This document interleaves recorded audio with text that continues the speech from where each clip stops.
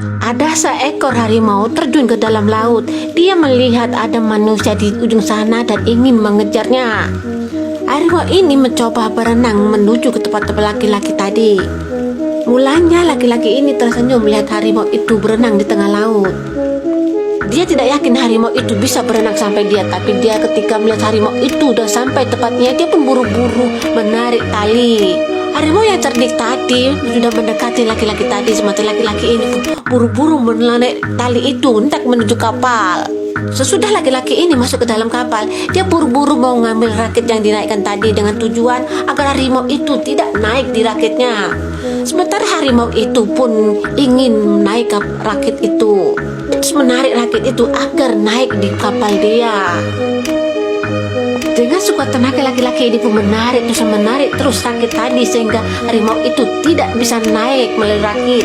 Sementara harimau ini melompat-lompat hendak mau naik kapal itu juga. Harimau itu musing-musing di kapal itu dari mana dia akan masuk ke dalam kapal. Lalu laki-laki ini mengambil sebuah kapak.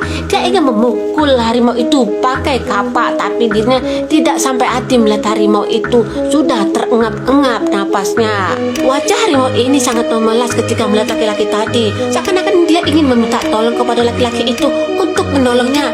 Lalu laki-laki ini pun terduduk di situ dan dia pun merasa bingung sebagaimana dirinya. Sementara harimau itu musing di kapal itu.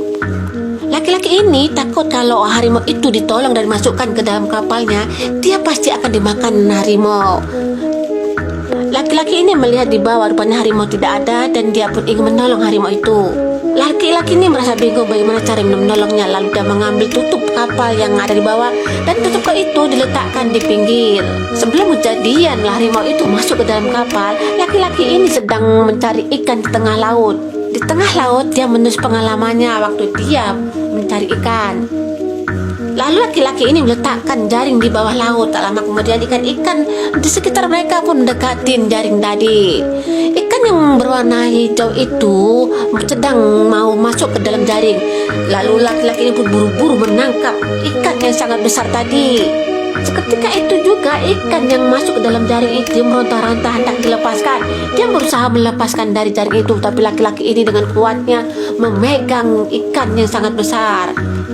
Lalu tak lama kemudian dia mengambil sebuah kapak. Dia pun memukul ikan yang besar itu.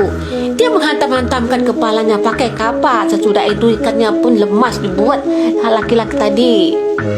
Akhirnya ikan yang berwarna hijau itu mati dibuat laki-laki ini setelah dikampak. Tak lama kemudian dia memandangi ikan itu saja. Dia seakan-akan kasihan melihat ikan itu sudah mati. Setelah itu sampai jumpa di channel Cancer.